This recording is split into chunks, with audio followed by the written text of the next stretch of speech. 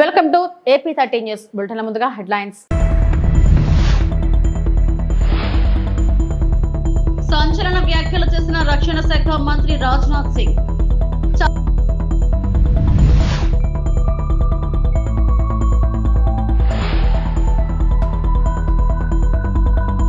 కుంభకోణాల కోసం రైతులను ఉపయోగించుకున్న వైసీపీ మంత్రి నాదెండ్ల మనోహర్.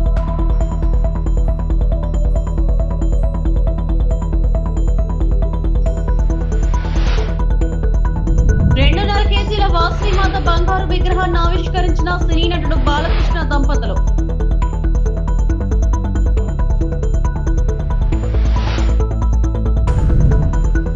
కరాచీ తీరం చేరిన తుర్కీ నౌక.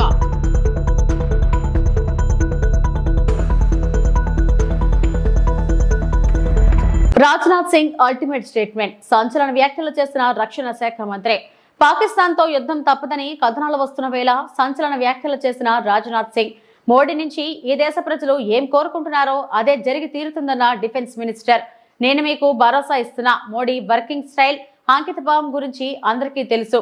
మన దేశంపై దాడి చేసిన వారికి తగిన బుద్ధి చెప్పడం మా బాధ్యత అని అన్నారు. साथियों, एक रक्षा मंत्री के रूप में मेरा दायित्व है कि मैं अपने सैनिकों के साथ मिलकर देश की सीमाओं की सुरक्षा सुनिश्चित करूं और मेरा यह दायित्व है कि अपनी सेना के साथ मिलकर देश के ऊपर आंख उठाने वालों को मुंहतोड़ जवाब दूं।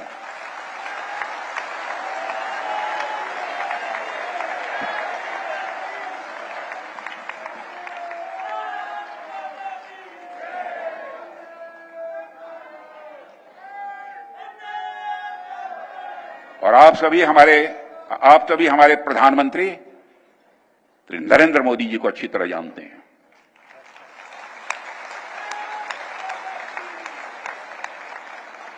उनकी कार्यशैली से भी अच्छी तरह परिचित हैं, उनकी दृढ़ता से भी अच्छी तरह परिचित हैं।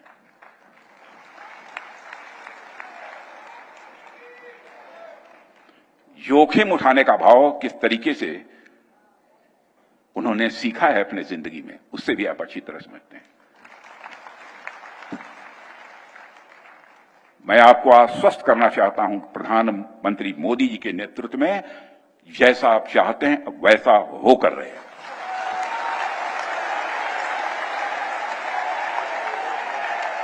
జమ్మూ కాశ్మీర్లోని రియాసీ జిల్లాలో సలాల్ ఆనకట్ట వద్ద గేట్లు మూసివేయబడిన తర్వాత చీనాబ్ నది నీటి మట్టాలు గణనీయంగా తగ్గాయి.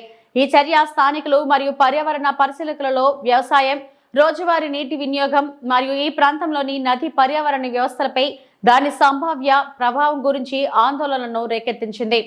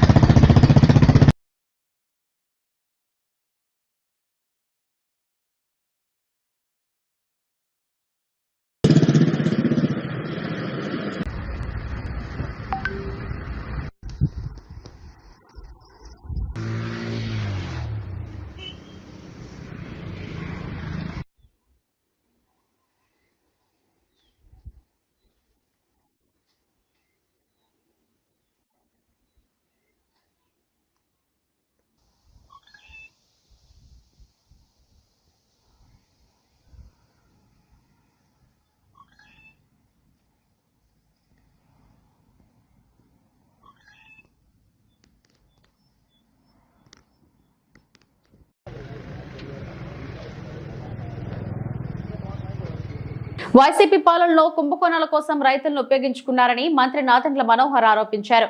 గత ప్రభుత్వం రైతులకు 1674 కోట్ల ధాన్యం సొమ్ము ఇవ్వకుండా ఎగ్గొట్టిందని మండిపడ్డారు. కూటమి ప్రభుత్వం వచ్చాక నెల రోజుల్లో ధాన్యం బకాయిలు చెల్లించామన్నారు.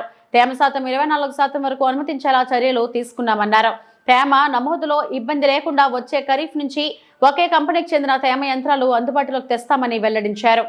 గతంలో ఏ ప్రభుత్వం చేయని విధంగా మా ప్రభుత్వం మీకు బకాయిలు చెల్లించి మీకు అండగా నిలబడింది. ఫస్ట్ టైం 1:2 ఇచ్చాం మేము బ్యాంక్ గ్యారంటీలు మీకు. కొనుగోలు చేయమని, కొనుగోలు చేయగానే వీళ్ళంత త్వరలో మీకు డబ్బులు చెల్లిస్తాం సీఎంఆర్ ద్వారా అని కూడా మేము పదే చెప్పుకుంటూ వచ్చాం. ఈ జిల్లాలో అధునాతన రైస్ మిల్లు ఉన్నాయి, భారీ స్థాయిలో రైస్ మిల్లు ఉన్నాయి. ఆ యాజమాన్యులందరినీ కూడా నేను కోరుతున్నాను, నిలబడండి మీరు రైతుల పక్షాన, ప్రభుత్వానికి అండగా నిలబడండి. 11,000 కోట్ల రూపాయలు మేము ధాన్యం కొనుగోలు చేశాం. మీకు కూడా ఒక బాధ్యత ఉంది, ఖచ్చితంగా నిలబడాలి మీరు. ఎక్కడ కూడా రాజీ లేకుండా నేను రైతన్నలకి మరొక్కసారి నేను భరోసా ఇస్తున్నాను.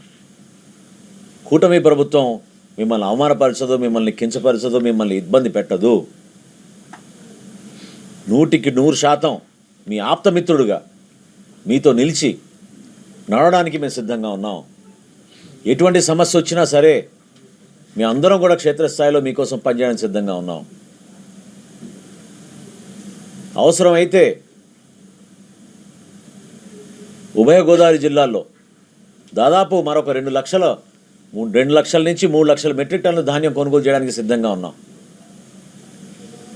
రేపటి రోజున సుదీర్ఘంగా ఒకసారి సమావేశం ఏర్పాటు చేసుకుని పూర్తి స్థాయిలో మనం సమీక్ష చేసుకున్న తర్వాత ఎక్కడ ఏ జిల్లాలో ఏ మండలాల్లో ధాన్యం కొనుగోలు జరుగుతుందో దాన్ని ఇంకా మెరుగుపరిచే విధంగా ఏం చేయగలుగుతామో ఆ చర్యలు తీసుకుంటామని మీ అందరికీ మరొకసారి ప్రత్యేకంగా నేను మా కూటమి ప్రభుత్వం నుంచి మీకు భరోసా ఇస్తున్నాను.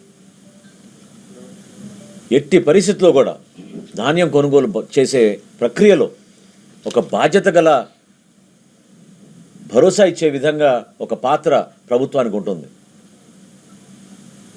ప్రైవేట్లో కూడా ఓపెన్ మార్కెట్లో కూడా కొనుగోలు జరగాలి. ఎందుకంటే గతంలో ఇచ్చిన అంచనాల మేరకు, వ్యవసాయ శాఖ ఇచ్చిన అంచనాల మేరకు, ఉదాహరణకి ఈస్ట్ గోదావరిలో 6 లక్షల మెట్రిక్ టన్నులను అంచనాలు ఇచ్చారు. దానికి అనుగుణంగా మేము టార్గెట్లు పెట్టుకుంటాం. కానీ దిగుబడి ఎక్కువ వచ్చిందనే ఒక మంచి విషయంలో రైతులు కొంచెం ఆందోళన చెందుతున్నారు. గతంలో ఎప్పుడు లేని విధంగా ఈసారి 60 బస్తాలు కూడా దిగుబడి వచ్చిందని చాలామంది రైతులు చెప్తా ఉన్నారు క్షేత్రస్థాయిలో పర్యటిస్తున్నప్పుడు. కాబట్టి గోతాల విషయంలో కొరత లేకుండా, ధాన్యం కొనుగోలు విషయంలో కొరత లేకుండా, ధాన్యం కొనుగోలు కూడా కనీస మద్దతు ధరకి కొనుగోలు చేసే ఎట్టి పరిస్థితిలో కూడా దళాలని ప్రోత్సహించకుండా ప్రభుత్వమే మీకు అండగా నిలబడుతుందని ఈ సందర్భంగా మరొకసారి మా ప్రభుత్వం తరఫున ప్రతి ఒక్కరికి ఆ భరోసా ఇస్తున్నాం. శ్రీ సత్యసాయి జిల్లా హిందూపురంలోని శ్రీ కన్యకా పరమేశ్వరి దేవాలయంలో వార్షికోత్సవం ఘనంగా జరుగుతుంది. ఆలయంలో విగ్రహ ప్రతిష్ఠ చేసి 85 ఏళ్లు గడిచిన సందర్భంగా ఈ వేడుకలను నిర్వహిస్తున్నారు. ఇటీవల 2.5 కేజీల బంగారంతో తయారు చేసిన వాసవిమాత విగ్రహాన్ని ఏర్పాటు చేశారు. సోమవారం ఉదయం ఎమ్మెల్యే బాలకృష్ణ దంపతులు ఆ విగ్రహాన్ని ఆవిష్కరించి బంగారు పుష్పాలతో అమ్మవారికి ప్రత్యేక పూజలు చేశారు. అనంతరం ఆర్యవైశ్య సంఘం సభ్యులు బాలయ్య దంపతులను ఘనంగా సన్మానించారు.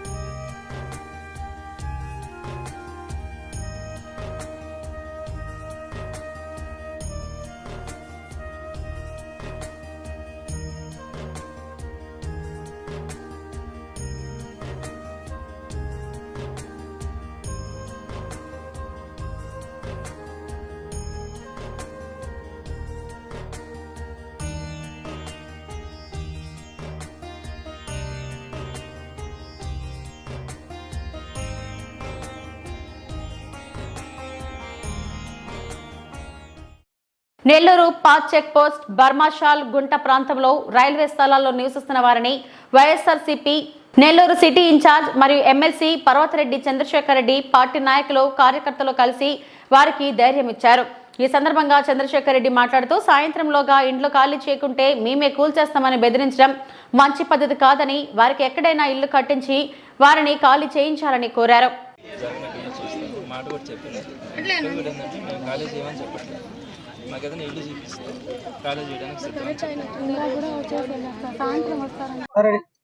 నెల్లూరు నగరంలో 52వ డివిజన్ బర్మాషాల్ గుంట దగ్గర ఈ రైల్వే ట్రాక్ ఎక్స్టెన్షన్ పనులు ప్రారంభం చేయాలన్న ఆలోచనతో గతంలోనే ఇక్కడ సుమారుగా 150 కుటుంబాలు ఉన్నాయి. అందరూ కూడా మీరు చూస్తుంటారు.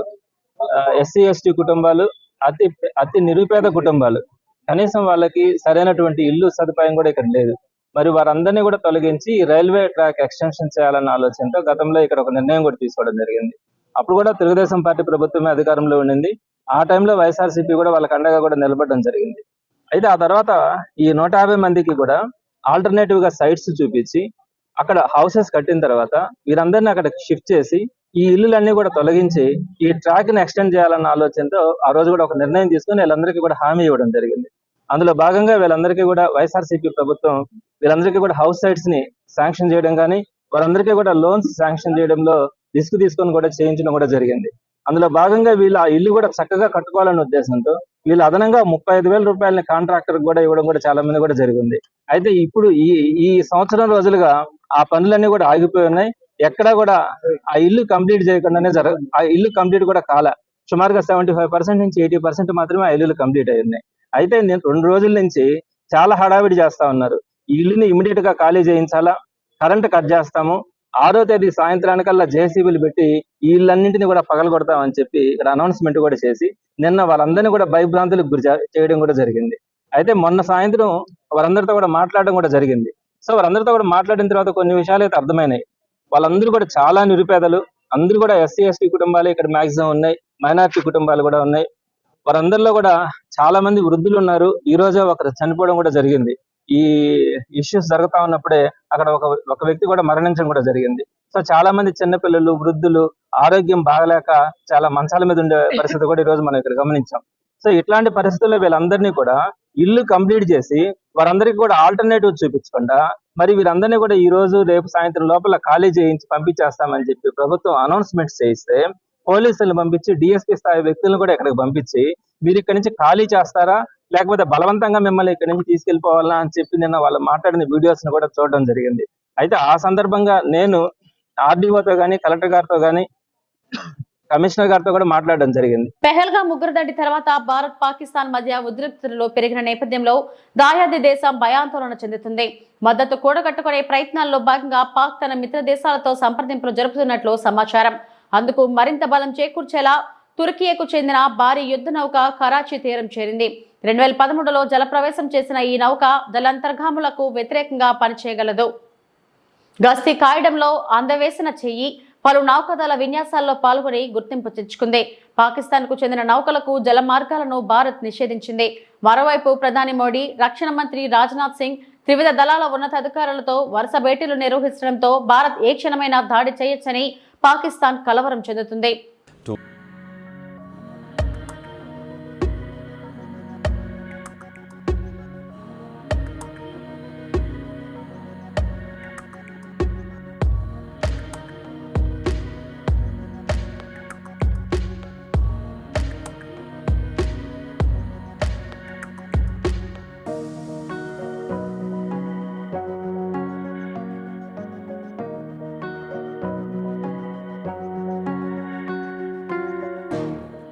జనగణనతో పాటు కులగణన చేయాలని ప్రధాని మోడీ నేతృత్వంలో చారిత్రక నిర్ణయం తీసుకున్నారని బీజేపీ నేత పాకా సత్యనారాయణ అన్నారు. 1931 నుంచి ఎలాంటి బీసీలకు సంబంధించి ఎలాంటి గణనాంకాలు తీసుకోకుండా ఊహాజనకంగానే ఉంచారని తెలిపారు. 60% ఉన్న బీసీలకు ఉన్న హక్కులను పరిరక్షించేందుకు ఇతర సంక్షేమ పథకాల అమలు కోసం మోడీ మంచి నిర్ణయం తీసుకున్నారని కొనియాడారు. ఆ గణాంకాలు ఏవి కూడా సరికావు. 1931 నుంచి నేటి వరకు కూడా గణాంకాలు తీసుకోలేదు. కేవలం ఒక ఊహాజనితమైనటువంటి ఆధారంగా 54% అంటున్నారు. వాస్తవంగా మాకు 60% పైబడి ఉందనేది బీసీ వర్గాలు ముఖ్యంగా మాలాంటి వాళ్ళందరూ కూడా మేము డిమాండ్ చేస్తూ ఉన్నాం.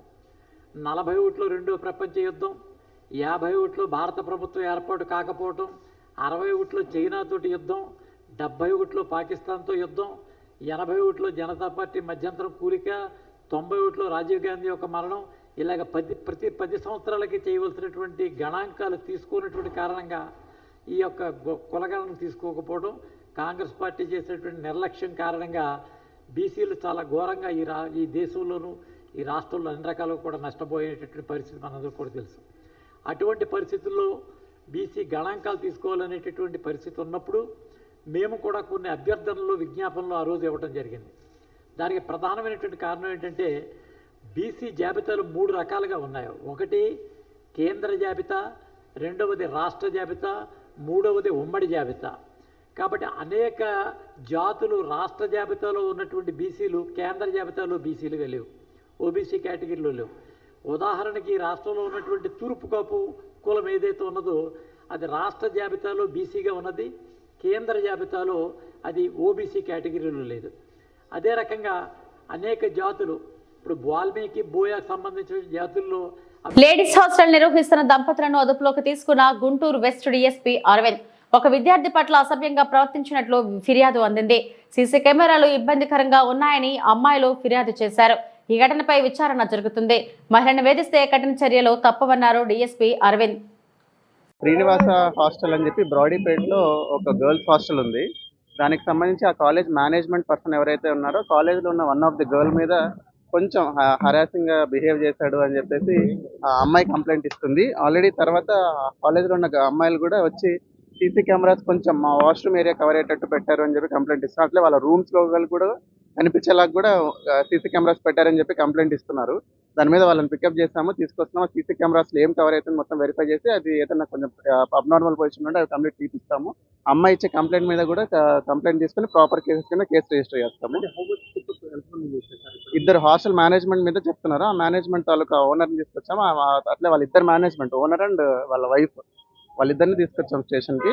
వెరిఫై చేసి కేసు రిజిస్టర్ చేసి ఇన్వెస్టిగేట్ చేస్తాము. క్రైమ్ అగేన్స్ట్ ఉమెన్, అమ్మాయిల మీద గర్ల్స్ మీద ఉమెన్ మీద ఎట్లాంటి క్రైమ్లో ఇన్వాల్వ్ అయినా కూడా వాళ్ళ మీద ఖచ్చితంగా సీరియస్ కఠినమైన చర్యలు తీసుకుంటాము. ఉప ముఖ్యమంత్రి పవన్ కళ్యాణ్ ఆశయాలను నాయకత్వాన్ని ఆకర్షితులై కుప్పం మండలం అడవి బుదుగురు పంచాయతీకి చెందిన 20 మంది యువకులు కుప్పం జనసేన పార్టీ కార్యాలయంలో జనసేన పార్టీలో చేరారు. వారిని జనసేన పార్టీ కండువా కప్పి పార్టీలోకి కుప్పం జనసేన ఇన్ఛార్జ్ నరేష్ ఆహ్వానించడాన్ని జరిగింది. ఈ సందర్భంగా వారు మాట్లాడుతూ ఆంధ్రప్రదేశ్ స్థానిక ఎన్నికలు రానుండటంతో కూటమి నాయకులకు మద్దతుగా పనిచేయాలని సూచిస్తూ జనసేన పార్టీని మరింత బలోపేతం చేయడానికి ప్రతి జన సైనికుడు కృషి చేయాలని, అలాగే కూటమి ప్రభుత్వం కుప్పం శాసనసభ సభ్యులు నారా చంద్రబాబు నాయుడు నాయకత్వం ద్వారా జరుగుతున్న అభివృద్ధి సంక్షేమాలు ప్రజల వద్దకు తీసుకెళ్లాలని, ఎన్డీఏ ప్రభుత్వం చేస్తున్న మంచి పనులు ప్రతివాడా తెలియజేయాలని నరేష్ తెలిపారు. ఈ కార్యక్రమంలో జనసేన పార్టీ నాయకులు కార్యకర్తలు పాల్గొన్నారు.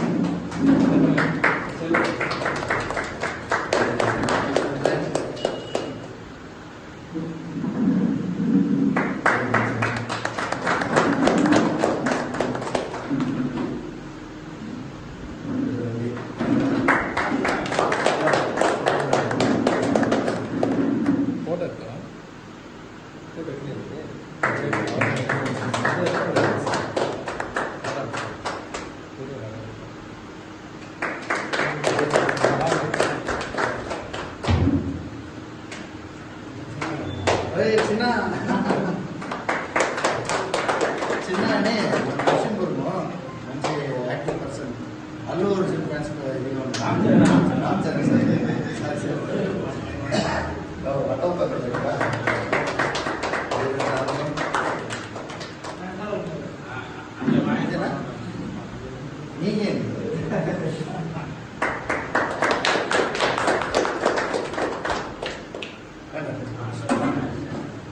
సరుకు రవాణా చేసే వాహన యజమాని డ్రైవర్ ఎటువంటి రుసుము చెల్లించాల్సిన అవసరం లేదని, గేటు వసూలు చేయాలంటే వ్యాపారం చేసే యజమాని దగ్గర వసూలు చేసుకోవాలని కోర్టు ఆర్డర్లు ఉన్నా వాటిని లెక్క చేయకుండా అధికారులు, కాంట్రాక్టర్లు కుమ్మక్కై వాహన యజమాని డ్రైవర్లను గేటు రుసుము కోసం దౌర్జన్యాలు చేస్తున్నారని, పంచాయతీ అధికారులు ఇదే విధంగా ఉంటే వారిపై కోర్టు ధిక్కరణ కేసు వేస్తామని new Andhra motor truckers association నాయకులు అన్నారు.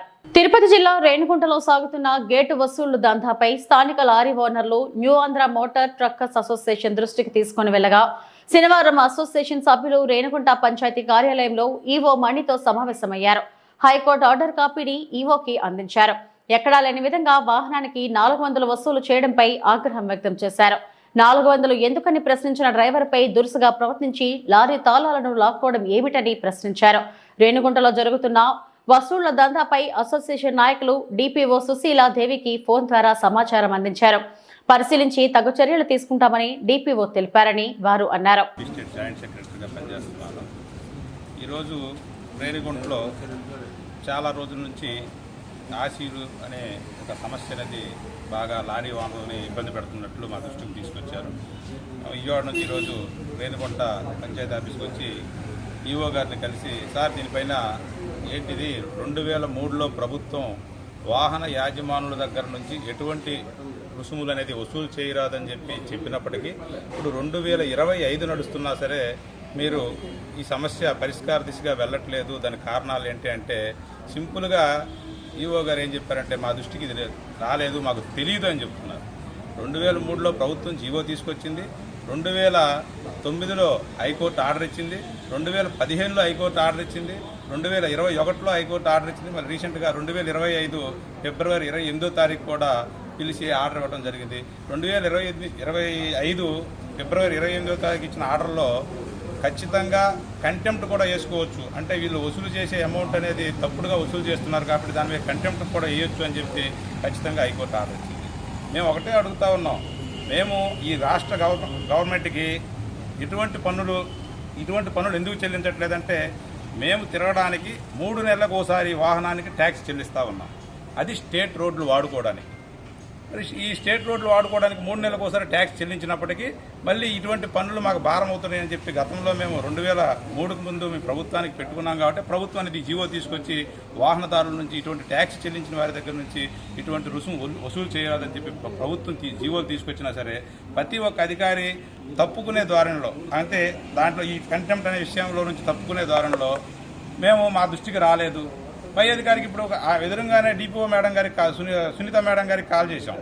ఆమె ఏం చెప్తుంది, మీకు పంపించామంటున్నారు. సార్ ఏం చెప్తున్నారు, అసలు మా దగ్గరికి ఎటువంటి ఆర్డర్స్ లేవంటున్నారు. అంటే ప్రభుత్వం ఒకటి మాత్రం ఇక్కడ క్లారిటీగా అర్థమవుతుంది, నిద్రపోయే వాడిని లేపొచ్చు కానీ నిద్రపోయినట్టు నటించే అధికారికి మనం లేపలేమనేది ఇక్కడ ఖచ్చితంగా కనిపిస్తుంది. ఎందుకంటే ఈ యొక్క జీవో వచ్చి 20 సంవత్సరాలు గడుస్తుంది, ఆర్డర్ వచ్చి కనీసం 15 సంవత్సరాల నుంచి హైకోర్టు అనేది ఆర్డర్ ఇస్తుంటే హైకోర్టు అన్నా వీళ్ళకి లెక్కలేదు. హైకోర్టు ఆర్డర్ను కూడా ధిక్కరణ చేస్తూ వీళ్ళు ఇక్కడ పరిపాలన కొనసాగిస్తూ ఉన్నారు. కాబట్టి మీడియా ముఖంగా ఇటువంటి అధికారులపైన అటువంటి ప్రైవేటు వ్యక్తులు ఎవరైతే కాంట్రాక్ట్ వ్యక్తులు కూడా ప్రైవేట్గా వచ్చి వాహన డ్రైవర్లపైన దౌర్జన్యం చేస్తూ ఉన్నారు. ఏ విధంగా అంటే డ్రైవర్ అనేవాడు అదర్ ప్లేస్ నుంచి వస్తాడు, నాన్ లోకల్ పర్సన్ అవుతాడు. కాబట్టి వాడిని బెదిరిస్తే ఇక్కడ లోకల్ పర్సన్ గురించి తెలియదు కాబట్టి వాడిని భయపెడితే వాడు డబ్బులు ఇచ్చి వెళ్ళిపోతాడులే అని చెప్పి వాడిని భయపెట్టడం. ఇక్కడ ప్రధానంగా గజెట్ ఉంది, ఆ గజెట్లో వీళ్ళు ఏం ఇచ్చారండి, 100 రూపాయలు వసూలు చేసుకోమని ఇచ్చారు. కానీ ఇక్కడ వాళ్ళు ఏం చేస్తున్నారండి, 400 రూపాయలు వసూలు చేస్తూ ఉన్నారు. 100 రూపాయలు వసూలు. ఈ విషయాన్ని కూడా ఈరోజు మన ఈఓ గారి దగ్గర తీసుకొస్తే ఈ విషయంపై కూడా కాంట్రాక్టర్ గారిని కూడా మేము పిలిపించాం. ఇక్కడ చూడండి క్లారిటీగా, వచ్చే వాహనాలకి 100 రూపాయలు వసూలు చేయాలి అనేది వీళ్ళు టెండర్ పిలిచారు. ఈ టెండర్లో కూడా నియమ నిబంధనలు ఎలా ఇచ్చేశారు. కానీ మేము 400 వసూలు చేస్తున్నట్లు ఆధారాలతో ఈఓ గారి దగ్గర తీసుకొస్తే కాంట్రాక్టర్ని వెనుకేసుకొస్తూ ఈఓ గారు మాట్లాడుతూ ఉన్నారు. 100 రూపాయలు ఆర్డర్ పాస్ చేశారు, కానీ 400 వసూలు అవుతున్నా సరే వారికి ఆధారాలతో చూపించినప్పటికీ ఈ గజెట్లో మళ్ళీ ఏమన్నారు, మా నియమ నిబంధనలకు కట్టుబడి లేకపోతే ఖచ్చితంగా కాంట్రాక్ట్ రద్దు చేస్తామన్నారు. మళ్ళీ ఈఓ గారు అటువంటి చర్యలు తీసుకోకుండా మాకు ఒక నెల రోజులు టైం ఇవ్వండి అంటున్నారు. 20 ఏళ్ళగా మీకు టైయాలు ఇస్తూనే ఉన్నాం. ఇప్పుడు వాహన రంగం శాంతం కుదేలైపోయింది. ఎందుకంటే అటు ప్రభుత్వం నుంచి కానీ మేము విపరీతంగా ట్యాక్సులు చెల్లించలేక నానా ఇబ్బందులు పడతా ఉన్నాం. అటు స్టాఫ్ దొరకట్లా. దీని కారణంగా మేము ఏ ఒక్క రూపాయి చెల్లించలేమని చెప్పి పదే ప్రభుత్వానికి తెలియజేస్తున్నాం. అధికారుల చుట్టూ తిరుగుతాం, అసలు మాకు న్యాయం జరగట్లేదు. కాబట్టి మీడియా ద్వారా ఖచ్చితంగా మేము కోరుకుంటున్నాం. మీ మీడియా ద్వారా ప్రభుత్వానికి ఈ విషయాన్ని తెలియజేసి మా యొక్క ఈ సమస్యను పరిష్కారం చేస్తారని కోరుకుంటూ గిరిశిఖర గ్రామమైన మారికలు అదానీ పవర్ ప్లాంట్ అనుమతులు రద్దు చేయాలంటూ సిపిఎం ఆధ్వర్యంలో నినాదాలతో మారిక గిరిజనులు హోరెత్తించారు. అదానీ పవర్ ప్లాంట్ కు గిరిజన భూములు అప్పగించి వారి బతుకులు నాశనం చేస్తే సహించేది లేదంటూ సిపిఎం ఆల్ ఇండియా కమిటీ సభ్యులు లోకనాథం హెచ్చరించారు. జిల్లా కార్యదర్శి తమ్మినేని సూర్యనారాయణ మాట్లాడుతూ ఎన్నో ఏళ్ల తరబడి గిరిశిఖర ప్రాంతమైన మారికలో 105 కుటుంబాలకు పైగా గిరిజనులు జీవనోపాధి సాగిస్తున్నారని, గిరిజన మౌలిక సదుపాయాల విషయమై రోడ్డు నిమిత్తం ఎన్నో పోరాటాలు చేసి రోడ్డు సాధించుకుంటే అలాంటి గిరిశిఖర గ్రామానికి గుజరాత్ కు చెందిన అదానీ ప్రైవేట్ కంపెనీకు గిరిజన భూములతో పాటు అటవీ ప్రాంతాన్ని కేంద్ర ప్రభుత్వం రాష్ట్ర ప్రభుత్వాలు కుమ్మక్కై అదానికి అప్పగించే నిర్ణయాన్ని ఆయన ఖండించారు. అలాగే ఈ పవర్ ప్లాంట్ నిర్ణయాన్ని వెనక్కి తీసుకునే వరకు పెద్ద ఎత్తున పోరాటం చేస్తామని హెచ్చరించారు. కేంద్ర రాష్ట్ర ప్రభుత్వాలకు అదానీ మీద ఉన్న శ్రద్ధ గిరిజనులపై లేకపోవడం దారుణమన్నారు.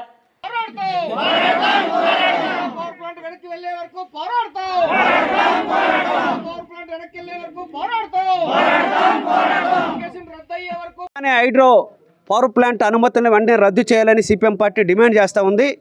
ఈ ప్రాంతం చాలా కీలకమైన ప్రాంతం. ఒకవైపున మారిగడ్డ ఇలాంటి దాంట్లో దాదాపు 2000 రైతు కుటుంబాలు జీవిస్తున్న ప్రాంతం. ఈ పక్కనే ఉన్న అనేక ప్రాంతాలకు సంబంధించి, అదే కాకుండా పక్కనే దేవరాపల్లికి సంబంధించిన దానిలో చింతల్లో ఆ ప్రాంతంలో ఉండే శారదా నదిలో కూడా నీళ్ళు వెళ్ళే పరిస్థితి ఉంది. విశాఖపట్నానికి తాగునీరు లేదు సాగునీరు వెళ్తుందంటే ఇక్కడ నుండే నీళ్ళు వెళ్తూ ఉన్నాయి. ఈ గడ్డలో చాలా జీవనాడులు, అలాంటి నాడుల్ని తీసుకెళ్ళి అదానికి ఇవ్వడం అనేది పచ్చి దుర్మార్గమైంది. రెండో అంశం మనం చూస్తూ ఉన్నాం. ఒక నోటిఫికేషన్ ఇచ్చేటప్పుడు గ్రామ సభ పెట్టడం కానీ, గ్రామ సర్పంచ్ యొక్క అనుమతి తీసుకోవడం కానీ, లేదనుకుంటే ఈ ప్రజల అనుమతి తీసుకోకుండా ఏకపక్షంగా రాష్ట్ర ప్రభుత్వం ప్రకటించింది. ఒకవైపున ఏమని చెప్తున్నారు, ప్రజల వద్దకే పాలన, ప్రజల చేతుల్లోనే పాలన ఉందని చంద్రబాబు నాయుడు గారు చెప్తున్నారు. మరి ఆ రకంగా చూసినప్పుడు ఇక్కడున్న సర్పంచ్ గారు ఎక్కడే ఉన్నారు, వాళ్ళ అభిప్రాయం తీసుకోలేదు. కనీసం వీళ్ళు గ్రామ సభ పెట్టలేదు. గ్రామ సభ పెట్టకుండా ఏకపక్షంగా భూములు తీసుకుంటున్నామని ప్రకటించడం అనేది దుర్మార్గమైన చర్య కాదా? అదే కాకుండా ఈ ప్రాంతానికి సంబంధించిన దానిలో చాలా సెన్సిటివ్ ప్రాంతం. వీళ్ళంతా పీటీజీలు, ఆదిమ తెగ జాతులకు సంబంధించిన దానిలో చట్టాలు ఉన్నాయి. ఆ చట్టాల ప్రకారంగా ఈ ప్రాంతంలో ఏదైనా ఒక కంపెనీ వస్తే ఆ చట్టాలన్నీ గౌరవించాల్సిన బాధ్యత వీళ్ళ మీద ఉంది. అట్లాంటి చట్టాన్ని కూడా పక్కన పెట్టేసి మేము వీళ్ళని సమాధులు కడతాం, జల సమాధులు చేస్తామంటే చూస్తూ ఊరుకునేది లేదనేది స్పష్టంగా చెప్పదలుచుకున్నాం. కాబట్టి ఎప్పటికైనా ఖచ్చితంగా రాష్ట్ర ప్రభుత్వం పునఃపరిశీలన చేయాలి. ఇది అదానీ కంపెనీకి వీళ్ళు ఉన్నారా, అదానీ ఏజెంట్లుగా ఉన్నారా, లేదనుకుంటే గిరిజనుల యొక్క యోగక్షేమాల గురించి ఉన్నారని మనకు తెలుసు. ఈరోజు పవన్ కళ్యాణ్ గారు చాలా ప్రాంతాలకు వెళ్ళి మేము అందరికీ గౌరవిస్తామని చెప్పున్నారు. ఈమె సర్పంచ్ ఉన్నారు. ఈ సర్పంచ్కి సంబంధించిన దానిలో కనీసం వీళ్ళకి వచ్చి అడిగారా? ఆయన చెప్తా ఉన్నాడు, గ్రామ సుపరిపాలన జరుగుతుంది, ఆ గ్రామ శాఖ నేనే బాధ్యుడిని చెప్తున్నారు. మరి పవన్ కళ్యాణ్ లాంటి ఆయన ఈ ప్రాంతానికి సంబంధించి ఏదైతే గ్రామాలకు సంబంధించి గ్రామ సభ పెట్టి వాళ్ళ అభిప్రాయాలు తీసుకోవాలి, ఆ రకమైన అభిప్రాయాలు కూడా తీసుకోలేదు. కాబట్టి అదానికి ఇచ్చే ఏదైతే పవర్ ప్లాంట్ ఉందో వెంటనే రద్దు చేయాలని సిపిఎం పార్టీ డిమాండ్ చేస్తాం. లేనైతే మాత్రం పెద్ద ఎత్తున ఉద్యమం నిర్వహిస్తామని ఈ సందర్భంగా తెలియజేస్తా ఉన్నాం. ఇవి ఇప్పటివరకు నా బులెటిన్ అప్డేట్స్. నమస్తే.